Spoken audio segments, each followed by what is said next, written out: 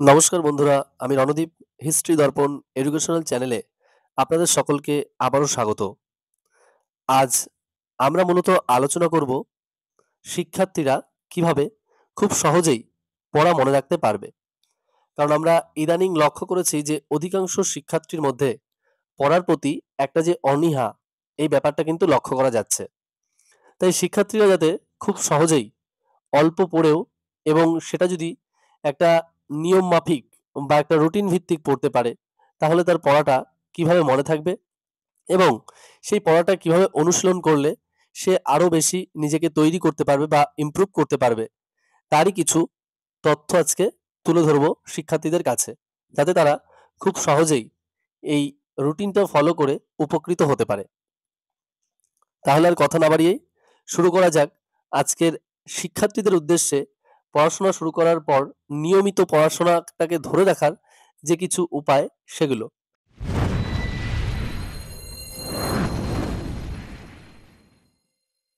আমরা প্রথমেই বলি যে পড়াশোনা শুরু করার পর সেই পড়াশোনাটাকে নিয়মিত ধরে রাখার জন্য আমাদের কিন্তু 5E মডেল আমরা যেটা বলি, আমরা যেটা তৈরি করেছি বলতে পারো শুধুমাত্র শিক্ষার্থীদের জন্য। এই 5E মডেল অর্থাৎ এডুকেশনের 5টি মডেল। এই 5টি মডেলের মধ্যে আমরা 5টা কিন্তু স্টেপ রেখেছি। প্রথম স্টেপ যেটা সেটা হলো নির্দিষ্ট সময় নির্ধারণ করা।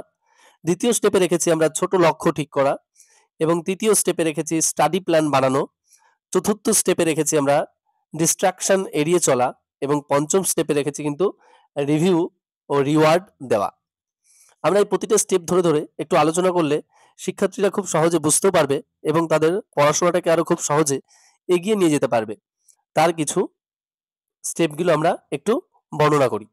যে প্রথম যে স্টেপটার কথা আমরা বলছি এডুকেশনের, ফার্স্ট যে স্টেপ সেটা হলো নির্দিষ্ট সময় নির্ধারণ করা। অর্থাৎ প্রতিদিন একই সময়ে পড়াশোনা শুরু করতে হবে। অর্থাৎ শিক্ষার্থী যখন পড়তে বসবেন প্রতিদিন কিন্তু তাকে একই সময়ে পড়াশোনাটা শুরু করতে হবে। এর ফলে কি হয়, এতে মস্তিষ্ক কিন্তু অভ্যস্ত হয়ে যায় এবং পড়ার প্রতি তার কিন্তু একটা ভালো ধারাবাহিকতা চলে আসে।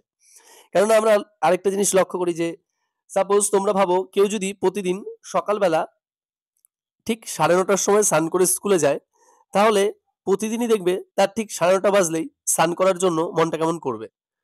হঠাৎ করে রবিবার দিনটা আসলেও কিন্তু তার মনে হবে 9:30টার সময় স্নান করে ফেলি। কিন্তু কেন এটা হচ্ছে?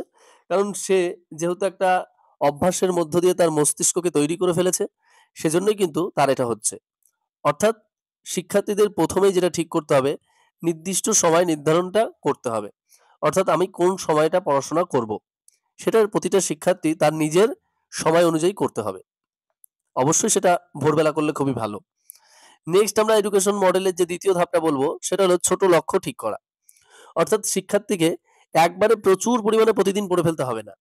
অর্থাৎ প্রতিদিনের জন্য ছোট ছোট করে বিভিন্ন টপিকে বা ছোট ছোট করে বিভিন্ন পার্টে ভাগ করে কিন্তু পড়লে জিনিসটা খুব বেশি ভালো হবে। অর্থাৎ শিক্ষার্থীরা যাতে খুব সহজেই একবারে অনেক পড়ার চেষ্টা না করে যদি প্রতিদিন ছোট ছোট টপিকে পড়াটাকে ভাগ করে নেয় এবং তারপর শেষ করে, তাহলে কিন্তু শিক্ষার্থীরা আরো বেশি এগিয়ে থাকতে পারবে। অর্থাৎ এই ছোট ছোট যে সাফল্যগুলো, এটাই কিন্তু শিক্ষার্থীকে নিয়মিত পড়ার প্রতি তাকে আকৃষ্ট করবে। নেক্সট যে আমরা 3 নাম্বার মডেলটা বলবো সেটা হলো স্টাডি প্ল্যান বানানো। অর্থাৎ সাপ্তাহিক হতে পারে, সেটা দৈনিক হতে পারে অথবা মাসিক হতে পারে। অর্থাৎ পরিকল্পনা যেভাবে হবে সেটা লিখে রাখতে হবে। প্ল্যান অনুযায়ী সেখানে মার্কিং করতে হবে। দিন হোক, সপ্তাহ হোক, মাস হোক। তার ফলে কি হয়? তার ফলে স্টুডেন্টদের মোটিভেশন বৃদ্ধি পায়। অর্থাৎ তাদের আগ্রহটা আরো বেশি জোরালো হয়। নেক্সট আমরা যেটা বলবো 4 নাম্বার এডুকেশন স্টাডি প্ল্যানের ক্ষেত্রে, অর্থাৎ এডুকেশনের ক্ষেত্রে ডিস্ট্রাকশন এড়িয়ে চলা। অর্থাৎ ডিস্ট্রাকশন আমাদের প্রথমে মনে রাখতে হবে শিক্ষার্থীদের পড়ার প্রতি প্রথমে ডিস্ট্রাক্ট করে কোন জিনিসগুলো। সব থেকে ভালো শিক্ষার্থীরাই বলতে পারবে, তার অন্যতম হলো বর্তমানে মোবাইল ফোন। দ্বিতীয়ত হলো সোশ্যাল মিডিয়া টিভি থেকে দূরে থাকতে হবে। যদিও এখনকার ছেলেমেয়েরা অধিকাংশ সবাই মোবাইলের প্রতি কিন্তু আকৃষ্ট, তাই মোবাইল থেকে শিক্ষার্থীদের দূরে থাকতে হবে এবং টেলিভিশন থেকেও। আর আরেকটা যে ইম্পর্টেন্ট বিষয়, দেখা গেল কোথাও একটা গান বাজছে, তার পাশে কেউ একজন পড়তে বসলো, তাহলেও কিন্তু তার মনোসংযোগটা নষ্ট হয়ে যাবে। এজন্য পড়ার জন্য সবসময় শান্ত বা একটা নিরিবিলি পরিবেশ খুঁজে নেওয়া দরকার। অর্থাৎ শিক্ষার্থীকে এমন একটা পরিবেশ বেছে নিতে হবে যেখানে সে কোনো কিছুর দ্বারা ডিস্ট্রাকশন বা ডিস্ট্রাক্ট হবে না। একদম নিজে মন মতো পড়তে পারবে এবং মনোযোগী হতে পারবে। আর অবশ্যই মোবাইল ত্যাগ করে পড়ার ঘরে পড়া উচিত। নেক্সট যেটা রয়েছে এডুকেশনের ৫ নাম্বার মডেলটা আমাদের রিভিউ অ্যান্ড রিওয়ার্ড দেওয়া। অর্থাৎ সপ্তাহ শেষে যখন পড়াটা কমপ্লিট হবে কিংবা দিন শেষে অথবা মাস শেষে যে তুমি যদি দিন ধরে করো যে আমি ১৪ দিনে এই জিনিসটা পূরণ করব। পূরণ করতে পারলে আমি নিজেকেই নিজে একটা পেন উপহার দেব। অথবা এই ১ মাসের মধ্যে আমি যদি এই জিনিসটা পুরো করতে পারি, এই ১ মাস শেষে আমি আজকে আমার সেই পছন্দের খাবারটা খাবো। অথবা এই ১ সপ্তাহ বাদে এটা যদি খুব ভালোভাবে শেষ করতে পারি, তাহলে আমি একটু এই জায়গা থেকে ঘুরে আসবো। এটা বাইরে কোনো দূরে ঘোরা না, একটা নিজেরই পারিপার্শ্বিক পরিবেশের আশেপাশের কোনো একটা ঘোরার স্থান। সেরকমভাবে নিজে যদি সপ্তাহ শেষে বা মাসের শেষে পড়ার পর রিভিউ করো এবং নিজের লক্ষ্যকে পূরণ করো এবং নিজেকেই ছোট পুরস্কার দিতে থাকো, তাহলে কিন্তু দেখবে যে তুমি অনেকটা বেশি এনার্জি পাবে এবং নিজের পড়ার প্রতি আরো বেশি আগ্রহ জন্মাবে। এবং এই পুরস্কারগুলোই দিনের পর দিন ধীরে বাড়তে থাকবে এবং তোমার নিজেকে আরো তৈরি করতে থাকবে তুমি নিজেই।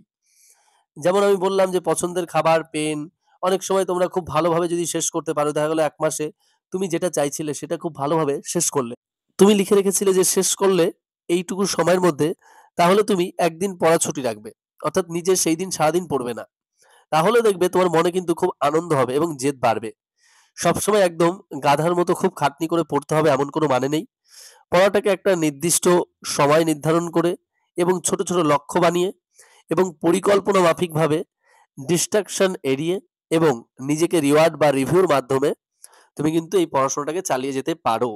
তাহলে তুমি তোমার এই পড়াশোনাটা ধরেও রাখতে পারবে এবং তুমি অনেক দূর পর্যন্ত যেতে পারবে এবং সাফল্য কিন্তু তোমার দোরগোড়ায় এসে উপস্থিত হবে। আশা করি যারা শিক্ষার্থীরা রয়েছো তারা সকলে এই ভিডিওটা শুনো, তাহলে তোমাদের খুব উপকার হবে এবং কাজে লাগবে। আর যারা নতুন আছো এই চ্যানেলে, অবশ্যই চ্যানেলটিকে সাবস্ক্রাইব করে রেখো। আর ভিডিওটি সম্পূর্ণ দেখার জন্য অসংখ্য ধন্যবাদ। দেখা হচ্ছে পরের ভিডিওতে। সকলে ভালো থাকবেন, সুস্থ থাকবেন। ধন্যবাদ।